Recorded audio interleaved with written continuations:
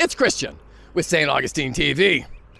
You know, I reluctantly began my foray into local St. Johns County and St. Augustine politics out of curiosity. I wanted to understand why the public spaces in my adopted hometown, that by all accounts is booming, look like shit. Why the plaza, the parks, the medians, the entrances, and even the main tourist drag are being neglected. Why is beautification seemingly treated like a dirty word, and the details hardly considered?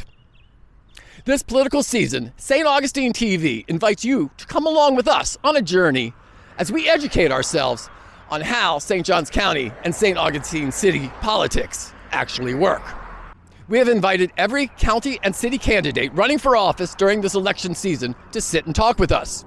Hopefully along the way, we find an answer to my original question, and in the process, all of us become more informed and even become a stronger community. Hey, it's Christian with St. Augustine TV. In the interest of civics, we are going to feature local candidates running for political office this year. Today, we are sitting down with Heather Lane Neville, who is running for County Commission District 4.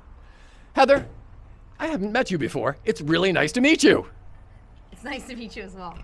So, Heather, what made you decide to run for County Commission and why now? So I've been working for the community in the background for about 20 years on everything from road safety to infrastructure. And I've been watching what's happening in the community the last 4 or 5 years as it related to still no plan, still no strategy. I watched what the developers have done to Northeast Florida, my home. I grew up here. I'm born in Jacksonville, and I've been in St. John's since 2007. And I was looking at it as it's time for me to step up and do the ultimate hand raise volunteer and step out and run for office. I've been a small business owner since I began my career some 20 years ago as well.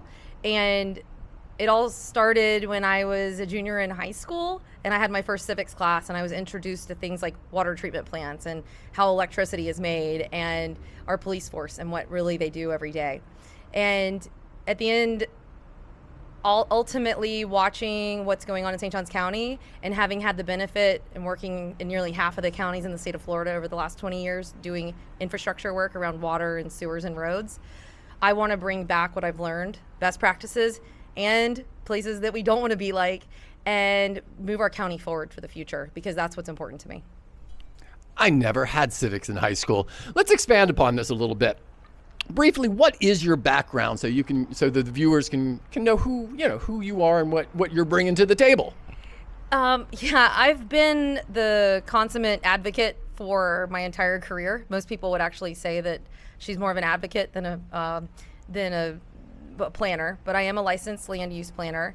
I earned that credit after 10 years of working on projects, passed a board exam, and basically I have spent my career working on everything from bicycle trails, water treatment plants. Right now, everybody knows about the biosolids facility, which I'm very, very excited that a solution for that with the solar drying facility is coming. I know solutions for things like that can never come fast enough, but I'm really proud of that. But ultimately, when I see a problem, I like to solve it. I was a Girl Scout in high school, and I used to do a lot of volunteering through there. And when I started my career right out of college, I just knew that I wanted to do more community service-wise. I've done everything from establishing Jailbreak 5K, which was the fastest growing 5K. I started that under my old nonprofit VeloFest, and when we grew it to 1,000 runners, I gave it to Investing in Kids, Inc., which is the local nonprofit that raises money for schools. I love that event, by the way. Yeah, I mean, and think about it. It was how do you create an event that people want to come to, that's well communicated, that's interesting. I mean, it's a point-to-point 5K, literally over a bridge that goes to the beach. And that is who I am. I wanted something good and safe and fun and well thought out and funded. And here we are, 10th anniversary this year. So I'm really excited about seeing the things I started behind the scenes. So again, I'm adjacent. I did that just because I felt the need to. That nonprofit helped put 5,000 bicycle lights into the community. We did helmet fittings with the sheriff's department over several years. That's who I am. And when I transitioned into a more professional capacity, I've written and or managed almost $1 billion in infrastructure. And before everybody freaks out about infrastructure, because I'm seeing that online, it's been in everything from pedestrian overpasses for railroads and cities, bicycle trails, bridges, aerial force mains for sewer water over freshwater sources to prevent freshwater leakage. So there are many of us out there that are truly entrenched in finding solutions, and it is not an easy thing, and most of the time thankless. We are not part of your ribbon cutting. I'm on the long-term planning side, funding side, and overcoming challenges as it relates to construction problems, especially through Hurricane Alley and rising tides and lowering water levels in the aquifer. So it is it's been a challenging environment, and I'm proud to bring that expertise.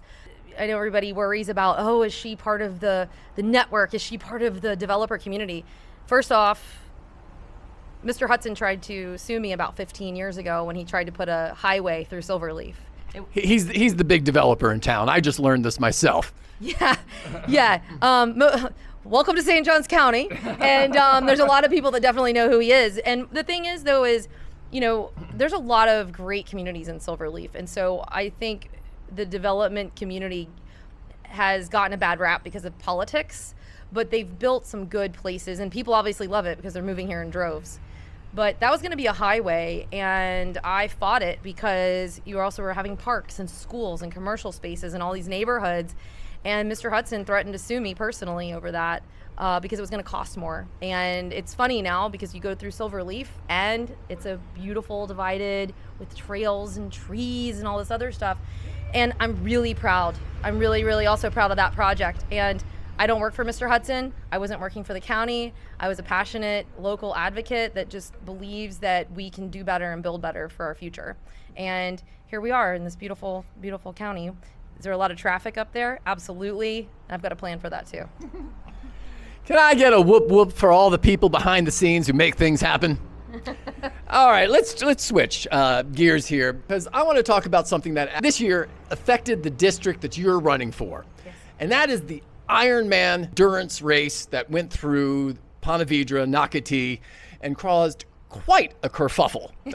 In fact, your opponent came out right afterwards against this, and so has the sheriff. The sheriff has also come out against this.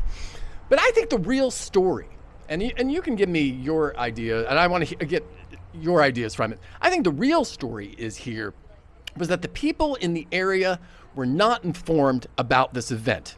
The real problem was the lack of communication with the public. They had no idea that this event was coming, and they were all going about their normal Saturday mornings and got caught in 2-hour traffic jam, and it pissed them all off, which I understand. And now they're saying that event can never come back to St. Johns County. And, the sheriff made a comment saying, I don't think that event is good for the county at all. And I'm sitting here, I'm going, but what about the kids? I'm thinking 10-year-old Christian. I'm watching these endurance athletes who are challenging themselves, who it takes tremendous discipline, who are pushing their limits. And I'm seeing these people, and that's having an effect. If that comes through your area every year, right now, 50-something-year-old Christian is thinking about running a marathon later this year because of that event. I went to bed watching these people run through the finish line because I thought it was such a cool event, and I was so amazed that it was happening right here in St. Johns County. So this idea that it has no positive benefit for St. Johns County, I think that's narrow-minded. So what is your opinion about this international endurance event that comes through St. Johns County? I think you and I are on the same page, but let's see. Yeah, absolutely. So first off, I want to say that I have been able to attend several Ironmans and know several professional athletes and been able to tour with them. And it is an excellent, well put on event. Any first year event, it doesn't matter if it's Ironman or your local 5K, is always a learning curve. Mm-hmm. That said, there's a couple things. Number one, as a county commissioner, it is your responsibility to know what's going on in your county, and it's definitely your responsibility to know what's going on in your district. Secondly, Sheriff Hardwick, I think, has done a great job over the years. And I think there's a lot of pressure right now, and we are definitely seeing this at the commission as well with reactive styles of making decisions. And maybe he fell into that trap, maybe not. I would say that there's definitely some room for working with the sheriff's department, because the route could be improved, because there's no doubt encapsulating the neighborhoods of Sawgrass and Plantation was probably not great. However, that said, that's an improvement. That's not a cancellation. As far as families go and children, it is inspiring to see other adults. These are not all professional athletes. No. These are you and me looking towards a healthy lifestyle. Most of these people are professionals and have jobs. What a great compliment to life that you're focusing on health and activity. Great role models, right? Absolutely, great role models. Why would we not want to support something like that? Also, and I know this for a fact, families, as well as their racers, coaches, and other people that come into town and stay for a week or more are coming to St. Augustine and St. Johns County. And in fact, if we are smart, we would be promoting to them to come down here and have organized transportation for them to get to the starting line in downtown Jacksonville. Also, I grew up in Jacksonville, and I just love my hometown city, and I'm so proud to see them coming around an athletic event instead of other communities coming around maybe less savory things. I think it's what a positive experience for my town, my hometown. Let's talk about communication for a minute. That's one of the pillars I'm running on, and everything from safety to how we build the things that we need, like water treatment plants, all these infrastructure things that we know we have to have. Where do we put them, and what do we demand from technology? Has got to be part of the discussion. And I'm seeing a trend of just say no and throwing up, being ill-equipped at commission meetings, not knowing, not being prepared. And then also, we have technology in St. Johns County right now that I'm very well aware of. Why our commissioners aren't making the staff do this? We have a way to communicate directly to a household, every single household, and alert them to a road closure right now. We have that. Why are we not advancing that technology? This doesn't have to be this way. And it is not fair to the residents who were stuck in traffic. It is not fair to the family members who couldn't get to the hospital. It is not fair to the children who couldn't get to their dance practices. What we need to do is communicate better so that we can all work together as a community, because it is only one day a year. And it doesn't mean that it shouldn't happen just so that one person can go to one place. We are here as a community. I've loved St. Johns County.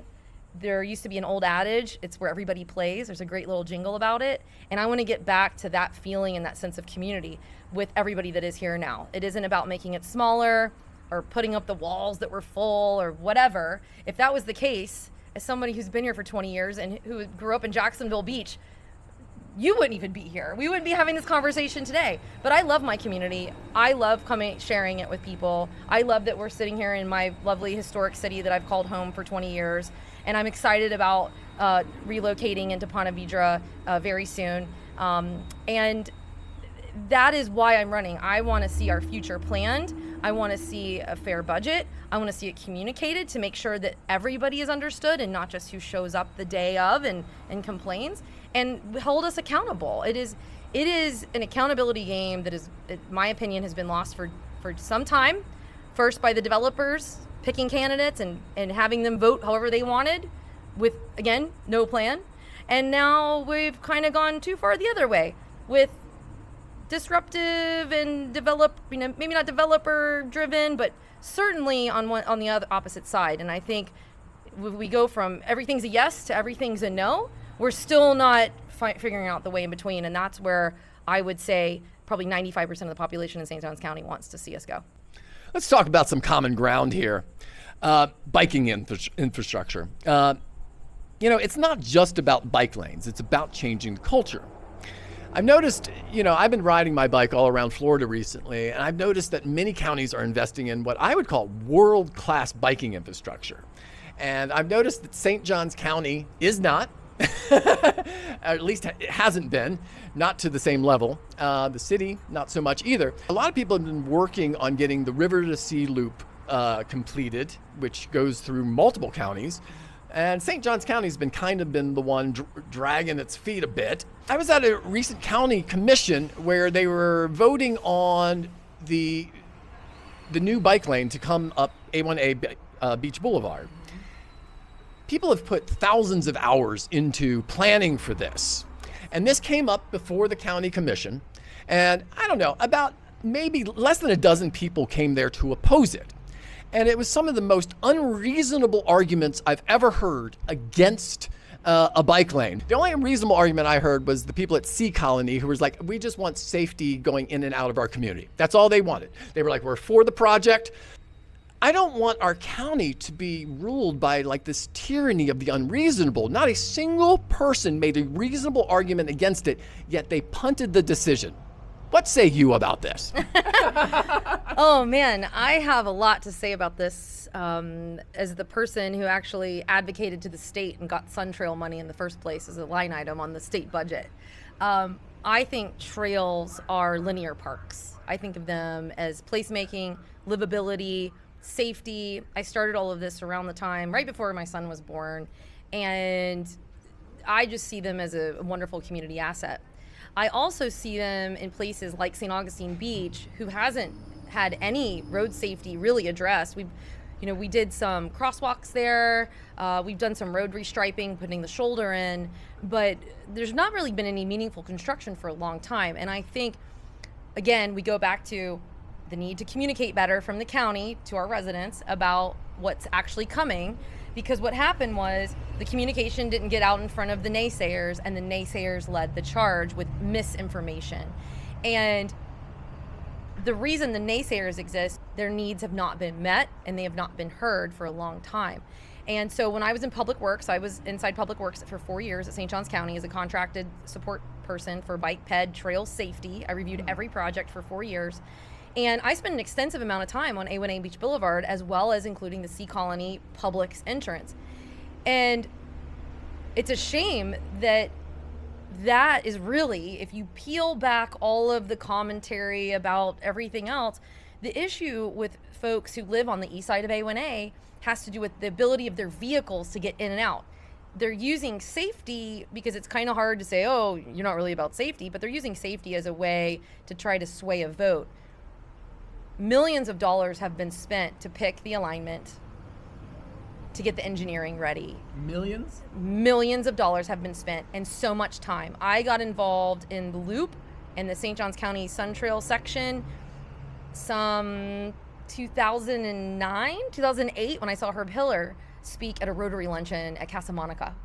And I was so inspired that I jumped on the volunteer train with him. And I've been committed ever since. And I advocated, I worked in the county for a little bit. I actually wrote all 13 grants that were fully funded in 2023 to finish the trail. I advocated at the state level for the project to make sure we were a priority. So we're priority number 2. And so when I saw these residents coming out saying they didn't want it, the trail in and of itself is simply gonna move the curb 8 feet. And all that does is create size distance for the residents who live east to be able to see left and right.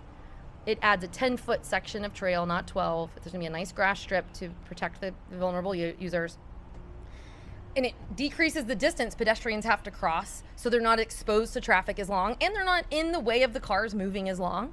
And by narrowing that entire section, that couple miles, we're actually gonna help with all the speeding issues that we do have there as well, early in the morning till about midday, when the traffic then backs up. It also now adds capacity. So people that would be willing to ride a bicycle with their children can, because now you have this separated area in a place where we don't have enough parking. So now they can go to businesses. So this whole idea stems from 2 issues, and it's the same issues we see over and over again. And the frustrating part is that when people are frustrated in today's environment, they show up to the commission and the answer is no. But there's no solution with no. This highlights the fact that the communication, there's a degradation in communication. And it also highlights the fact that these people in Sea Colony and Publix entrance, as well as the residents of the beach, have been neglected. Their infrastructure needs have been neglected. That's why there's a pedestrian crossing with all of these accoutrements of flags, which is fun, but there's all these flags and everything because we have issues. That's an evidence of an issue. And if we have the chance to actually construct a project, bring back our tax dollars that we sent to Tallahassee, bring them back home, so that we can effectively support our community. That's a win-win-win. The rest of it is we should be arguing over which design do we like best. Do we want to add a little bit more money so we can have a prettier dyed concrete. What type of lights do we want? Those are the things that we should be addressing, and the community would feel better. But there's distrust and there's disdain, and there's a lot of retirees with a lot of time on their hands that can show up and get petitions signed with misinformation. And again, that is a symptom of a larger issue, and that's why I'm running. Because bicycle and trail infrastructure is livability infrastructure. It is the highest surveyed item on our strategic vision plan of the county. It has been part of multiple studies for the last 20 years from Parks and Rec on things that people want. They are usable any time of the year. They require almost no maintenance versus, let's say, a pickleball court or a huge field. They create transportation, they create health, and you can go for a run, you can ride your bicycle. They also create safe places. The best bike ped infrastructure we have was built by Travis Hudson, because I made him do it, and the developers of Nocatee, and people love it. They flock there. The travesty of it all is that we don't have a network plan. And so more people would be out riding if they felt safer. There is an approach called the 8 to 80 approach, and that means an 8-year-old or an 80-year-old should be able to use the facility. Yes. And there's low stress environment facilities. So the idea that, if they're on their bike, they should just be in the road. Who really is going to allow their 8-year-old to ride their bicycle to the corner market in the middle of a highway or even a 30-mile-an-hour road? So it goes back to what's our vision as a community? How do we align our vision with our budget, set in motion priority projects, and go to build them? And we do not have that discussion. We do not report card ourselves and make sure we're building the things that we need. We're very reactionary. And right now, the people that are showing at the commission meetings are denying sidewalks. They're trying to move bike trails where people want to be. And we have to reflect on, if that's what the community wants, and when I'm elected, if we get out there and that's what the data shows and the survey says, fine. But from what I'm seeing, that is not what the survey says. That is not what the majority of people want. And we have got to start thinking about the 330,000 to however many are going to be here in 25 years. We've got to start thinking about our children and our children's children, so we're not burdening them with the same problems we have now just because we don't want to be inconvenienced by construction or we're afraid. We definitely do not want policy basically being influenced or written by the most negative among us. I don't think that that's going to result in the highest or most beneficial outcomes. Well, but I think I would caveat that a little bit. The negativity comes from distrust, and that comes from fear. Fear drives negativity. We know that. So if we know that fear drives it, and we've got social media influencers claiming to be truth tellers about our county government out pushing out misinformation that is meant to incite fear and anger, how do we plan for anything? And that's the problem. Our county owes it to us as taxpayers, and our elected official owes it to us as being paid by taxpayers to do a better job and to stop pointing the fingers and be more accountable. That is why I'm running. We have got to get people together to move forward together. This fear and anger, the podiums, and there's just so much distrust and neighbors versus neighbors. And it doesn't have to be that way. We should be debating towards highest outcome, not to denying and then not having a backup. What's the plan, right? I'm getting accused of a lot of things right now because I say, what's the plan when stuff gets denied? Oh, well, you're for doing this in somebody's backyard. No, it's got to go somewhere. Where do we put it? That's the conversation we need to be having, so we don't keep having residents and coming in a fury. Like, these people, we should be retired and having lovely lives and volunteering to read books and showing up to commission meetings and advocating for what we want, instead of, it's just this exhausting, seemingly very selfish time that we're in. And I'm just sick of it because it doesn't resonate with me. And I can tell you right now, the voters are listening, and it is my message is being heard. I believe that the most moral communities and societies build and preserve for the next generations, not just today or my needs or out of ego. Now let's get on to a bigger topic, growth. The biggest pressure, for the city, over tourism is their biggest pressure. For the county, overdevelopment is their biggest issue. Can the county continue to rapidly grow without losing the qualities that made people want to live here in the first place? Do you believe that the right thinking is in place to manage this in a thoughtful way? And do you think that future generations will thank us for the decisions that are being made today? Or are we just destined to follow South Florida and turn into a mindless, brutal hellscape? I think we're at a very critical and pivotal time in St. Johns County. Why did people move here? I talk to people about it all the time. I'm in community meetings all the time, and most of the time being yelled at because I'm representing infrastructure projects. But when you talk to people, why did you move here? When they're complaining or when they're frustrated, they moved here because it was rural. You moved here because of the schools. You moved here because there was the income tax. You moved here because we're next to the beach. You moved here because there's agricultural property. Now, everybody moved here and brought with them things that are actually counterproductive to those statements. So your question, which is, more traffic and degradation of ag properties because they're turning into houses, and the beach is so packed you can't get there.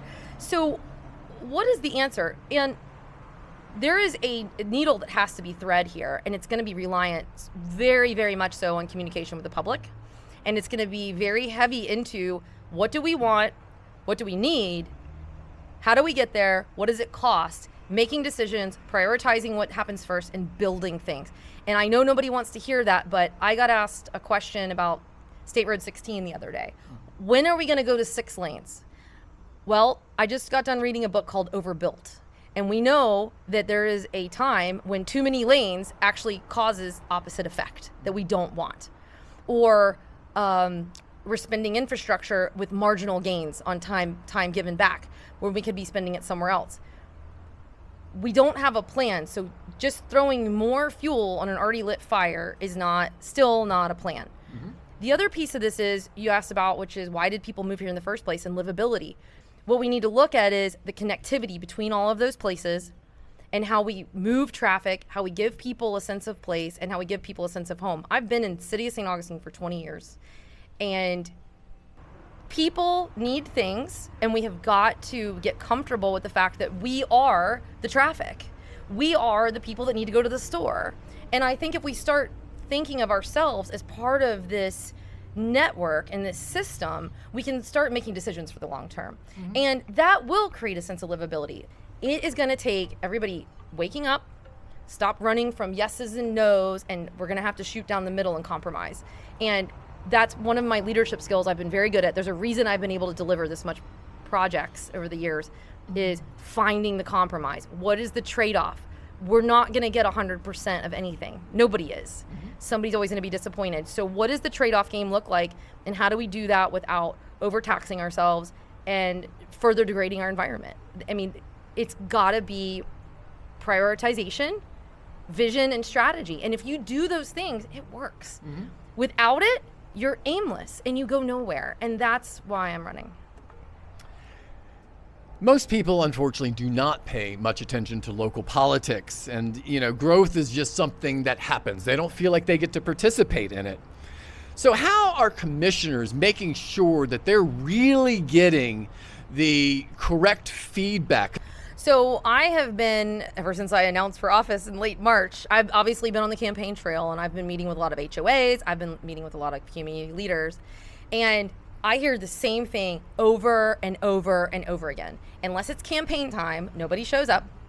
And once the election is over, they don't show up again. Right. And it doesn't matter if you're in Ponte Vedra or Flagler Estates or Crescent Beach or Julington Creek or West King or the beach or the city. The constant comment is, I haven't seen that commissioner, and I can attest to this because I've not been able to get a meeting in 4 years. So it doesn't surprise me that these people are having the same experience. It's also evident that that's the case because no money's coming back. There's no priority. There's no, hey, we should go get this thing fixed or funded. So you're not seeing any kind of strategy come out. We should be constantly, and I know it can get exhausting a little bit, but there's ways to do it. We should be constantly surveying our community, especially since the demographic has just changed so much. And if we're not constantly surveying and we're only surveying the people that show up to these public meetings, you're only going to get a very concentrated one-sided view. And so it's not that the people that took the time to show up have any less of a say than the person that is maybe at work or has kids or is too old or is on vacation that day. The action is not a good planning strategy. And as I've noticed, even the year-to-year funding appears schizophrenic. Like, oh, we're gonna go over here, put money here. Oh, no, not this time. Now we'll put it over here. Oh, wait a minute, maybe over here. And it's just all over the place. And kind of some things don't even get done because it's going all over the place because there's no comprehensive vision. Now, a comprehensive vision, in my opinion, should have been developed years ago. But the county seems to be operating as if we are still some sort of small county that's kind of growing really gradually, and they don't seem to understand what the moment is calling for. And it's calling for something much more serious than I'm seeing. I went to my first county council or commission meeting, and I was appalled by the fact that it appeared not a single commissioner came prepared to talk intelligently or had researched the topics to be discussed that day. These are decision makers. They needed to make decisions. What I saw is they reacted to the negative Nellies, and the negative Nellies were able to coordinate themselves while the community was at work, and they punted other things. So they didn't actually make the decisions. These are highly paid professionals. We pay them a boatload of money, in my opinion, to actually prepare for these meetings. I was appalled. What do you believe is guiding the decision? What is the county commission's current North Star? Whatever you prioritize, you get more of. Show me the incentives, I'll show you the outcome.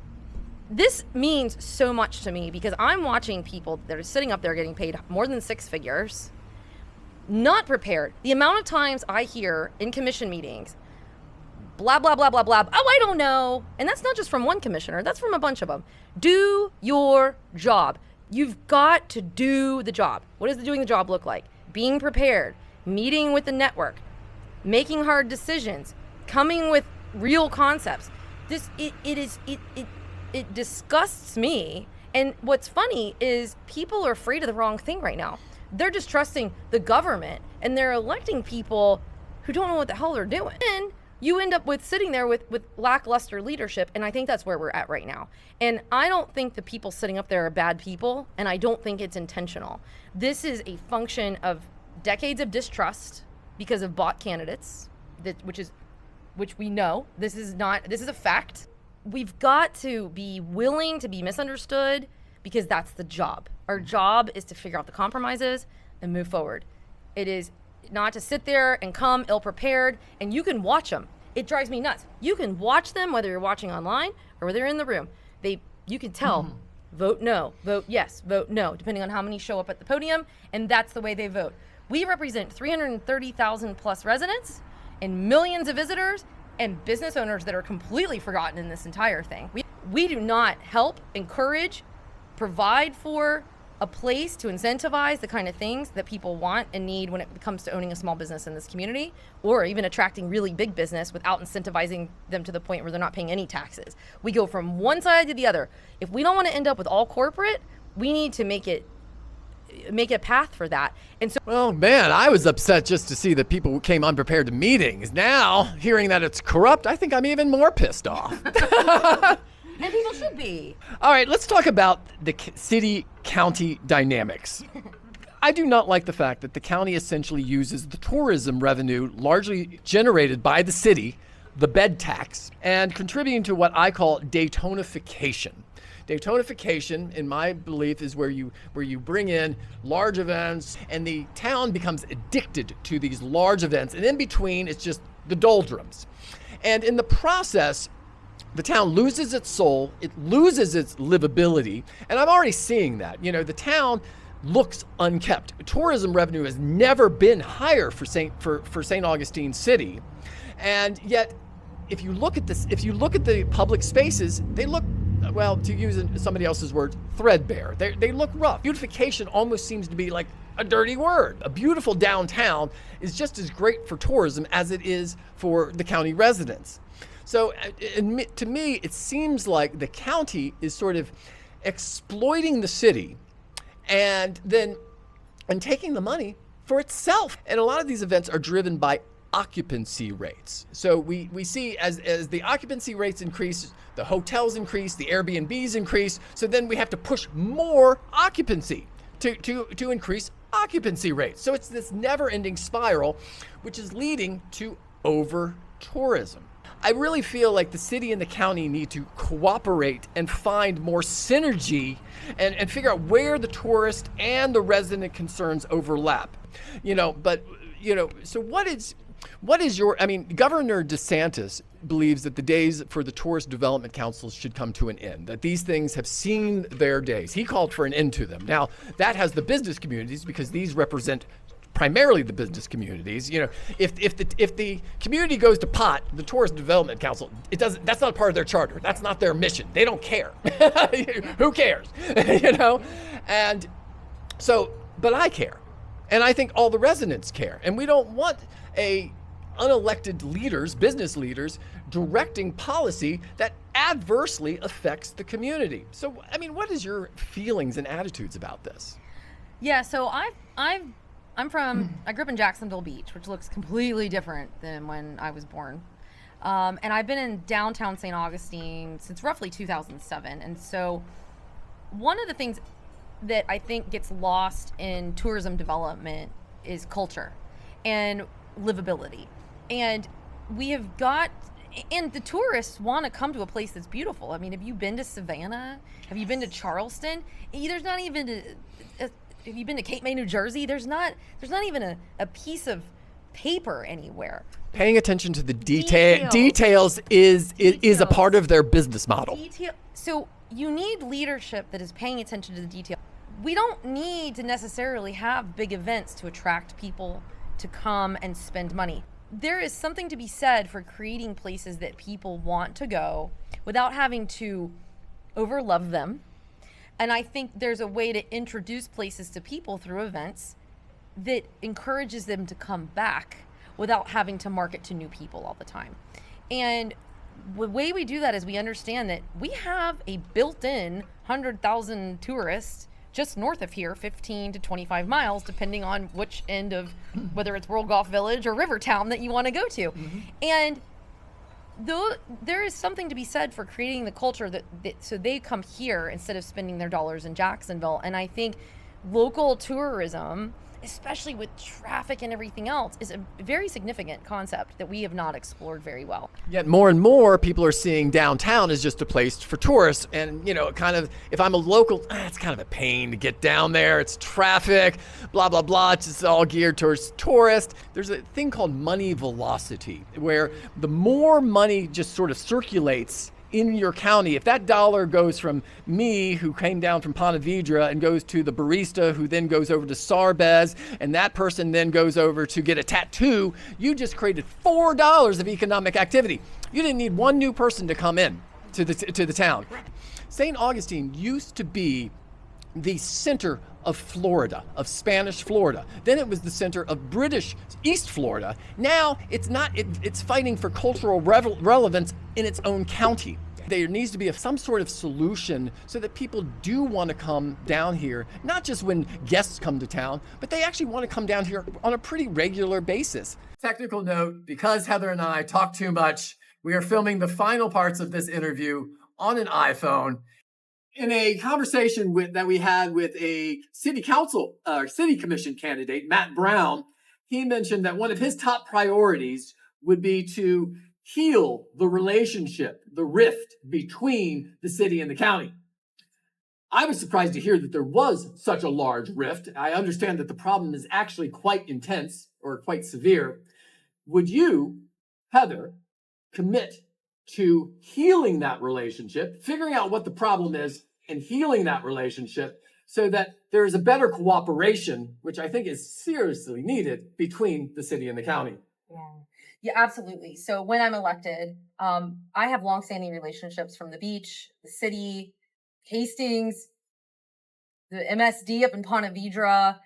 I think that this is a systemic issue, and you're seeing that. And my generation is not interested in old grudges. My generation is not interested in perpetuating the idea that I have the bigger bucket of money and so you don't matter. And my generation is keenly interested, especially as we look at our children and our aging parents, in what do we do next? And the only way to go and move forward is through leadership that understands that and is willing to cooperate and make hard decisions. And that is absolutely something that's going to be imperative as we figure out what to do next, because the city of St. Augustine is worth preserving. This place matters. Our community matters. These historic buildings matter. And we want people to come here that live here so that they also see that it matters. We cannot put the walls up. We have nothing to preserve if we aren't looking for the future. Heather, I want to thank you. What I'm hearing is community, community, community, and we all are in this together. I think this year is a very important, for those of you who aren't necessarily interested in local politics, I think this is a good time to get interested. I think it's very important for St. Johns County that we level up. I think it's time to level up. We are not the county that we once were, and we need to figure out how we come together to charter a future that we all feel good about. And we get back to the idea of building a community for the next generations, not just for special interest, not just for today. This is not a zero-sum game. This is something that we all share in. So I hope you found this conversation interesting. We will be featuring more county and city commission members in future. So we hope you will tune in. Thank you for watching. This is Christian, and this is Heather. Thank you so much.